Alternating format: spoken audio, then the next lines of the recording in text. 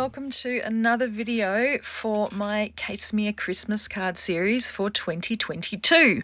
So today my special guest is Jo Herbert, who is a fellow Australian. Hooray! So today I'm going to be using the Birch Press Radiant Ornament layered die set, but I'm starting with this embossing folder, which is the Origami Folds embossing folder from Spellbinders. It is a 3D embossing folder and it gives really gorgeous texture. So I've started by spraying my piece of cardstock. This is Nina Solar White cardstock, and I've sprayed it with a spritz of just plain water. Just tap water, and that just wets the cardstock enough so that it will basically create the best possible texture using this embossing folder. So what I find is with embossing folders, they're all just a little bit different. So some of them might require a cutting plate with my die cutting machine. This one doesn't require a die cutting plate. I don't want to force it through with a die cutting plate, but I do need about 4 or 5 pieces of cardstock to give it some pressure there. So always be careful with your embossing folders, because some of them require slightly different pressure than others. So you can see here I'm using my blending brush from Hero Arts with Worn Lipstick Distress Oxide ink, and I'm creating a colourful background with a whole lot of texture, just like Jo's cards here. So you can see she has the embossing folder in the background, but she also has a very glittery butterfly there on each of her cards. So I'm going to be creating a very glittery ornament, and I'll show you how I'll create the glittery effect a bit later on. So I've got these 3 dies, and they're all exactly the same size, but they have different little openings in them to create the different layers in this ornament. So I'm just adhering them down. I'm using some Hero Hues Peony cardstock, this pale pink cardstock, and some white Nina Solar White cardstock as well for the top layer. And I'm just going to be cutting them out. Now, the cutting out with the die cutting machine is the easy bit. You can see I'm doing that here, relatively easy. I always go backwards and forwards with my die cutting machine. I don't really need to, but I always do.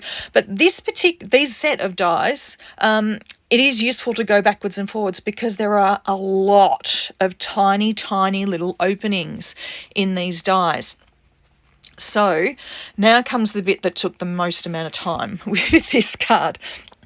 What I have to do is, first of all, take the die cut out of the die. And sometimes the cardstock gets a little bit stuck in there, so it requires a little bit of coaxing to get it out. You can see I'm coaxing it out there. The second thing, of course, is all of the little bits of cardstock get stuck in the actual die, so I need to get them out of the die. But I also need to get them out of the die cut cardstock as well, because there will be some stuck there. So I did this in 2 ways. One way is I've got this really cool tool, which is from We Are Memory Keepers, a little brush that you can roll over things. But also I needed to use my little tweezers. These are from Hero Arts. And I'm just poking out the last few little holes that I couldn't get out with the little brush tool from We Are Memory Keepers. And eventually you end up with a pile of confetti from these dies. Now, because I'm layering these up, I want the 3 layers to all be different colours to each other. So I grabbed out the same Worn Lipstick ink. This is Distress Oxide ink, and I'm just ink blending over the entirety of the 3rd die. So this is going to be the bottom layer of the ornament. And to help me with the ink blending, I've got my ink stand holding my oxide ink pad in place so it's not running all over my workstation. Okay, so I have my 3 dies, but the top one, of course, I wanted to add a little bit of glitter and shimmer and shine. So I am doing this with some embossing powder, and this embossing powder actually has glitter in it, and you can see here is the set that I'm using. This is the trio called Frosted Jewels, and as you can see, it was inspired by Jo Herbert, because Jo is on the design team for Wow Embossing. And so she helped design this embossing powder, and it has this gorgeous glitter in it. So the colour is called Antique Rose. There are 3 in the set. Excuse me. So now I'm just heating that up, and it doesn't take very long to melt this embossing powder on this die cut, because the piece of cardstock is really not that big, because there's all the holes in it. It heats up pretty quickly. All right, so the last little bit of the ornament is the little topper, sort of where the ornament hangs from, and I grabbed out some pink glitter cardstock from my stash. I honestly don't know what brand this is. I've had it forever. You can see I've used it for die cutting before. But that's going to be my topper. I thought it blended in pretty well with the glitter in the embossing powder. All right, so there are my pieces of the ornament. Now I'm just using my art glitter glue with a very, very fine tip nozzle on it. That fine tip is really helpful with an intricate die cut like this, so that I don't add too much glue. I am notorious for adding way too much glue, especially when I need to layer up die cuts like this. So having a really fine tip on my glue bottle, I find, is really, really helpful. All right, so there's the top white layer with my embossing on it, adhered to the second layer, which is the pale pink, the peony colour, and now I'm going to adhere that onto my third layer, which was coloured with the worn lipstick ink. So that's all 3 added together, and now I'm just going to add the little topper on top of the ornament. I'm going to make sure that is centered. So the easiest way to do that is to just turn it over and have a look at the back of the ornament to make sure it's nicely in place.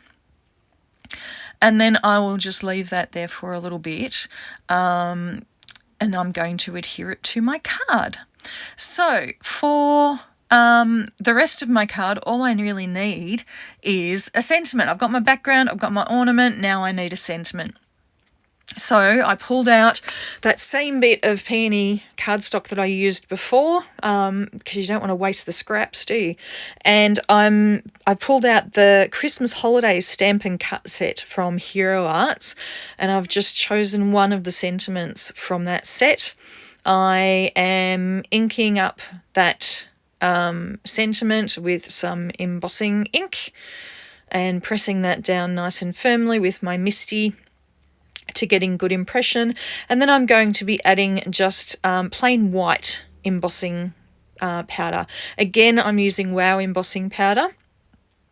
So all Wow embossing powder on today's card. All right, again, I'll just funnel that back into the little jar so I don't lose any. I'm amazed I didn't spill any, because that's what I usually do when I do videos. Okay, and I'm heating this up from behind so I don't lose any of my embossing powder, and just putting it into my little paper trimmer here. This is a Fiskars paper trimmer, and it's really useful because you have a little wire guide so that you know exactly where it's going to cut. But you can see I open up and close the little arm there multiple times just to make sure I know where I'm going to cut. I don't want to cut too close or too far away from the sentiment. I want to get it nice and even. All right, now because this background panel has so much texture to it, I'm using liquid glue to adhere it. Usually with background panels, I would just use my tape runner glue, but with something with this much texture on it, the liquid glue is going to do a much better job. Same with the die cut, I'm adding my liquid glue, and I'm adding a decent amount of liquid glue to this because it's something with a whole lot of holes in it trying to stick to something that has a lot of texture to it. So I want to make sure that it sticks. All right, so my sentiment, I just measured it so that it would be the same width as my card, and it's going to pop straight across the front of that ornament. But because the ornament is 3 pieces of cardstock thick, one of which is embossed, the edges of my sentiment are just sort of hanging in midair. So what I've done is added some foam adhesive to the ends of my sentiment strip. And then I'm going to add some liquid adhesive in the middle so that it will sit pretty much flush straight across the top of the card. Now, just to make sure that I'm getting everything nice and straight, I've pulled out my T-square ruler and lining that up so it doesn't look all crooked. All right, so that's the card for today. I'll just show you up nice and close so you can see all that glitter on the ornament. Thank you so much to Jo for being my guest today. I will link her blog post below, and I hope to see you back soon. Bye.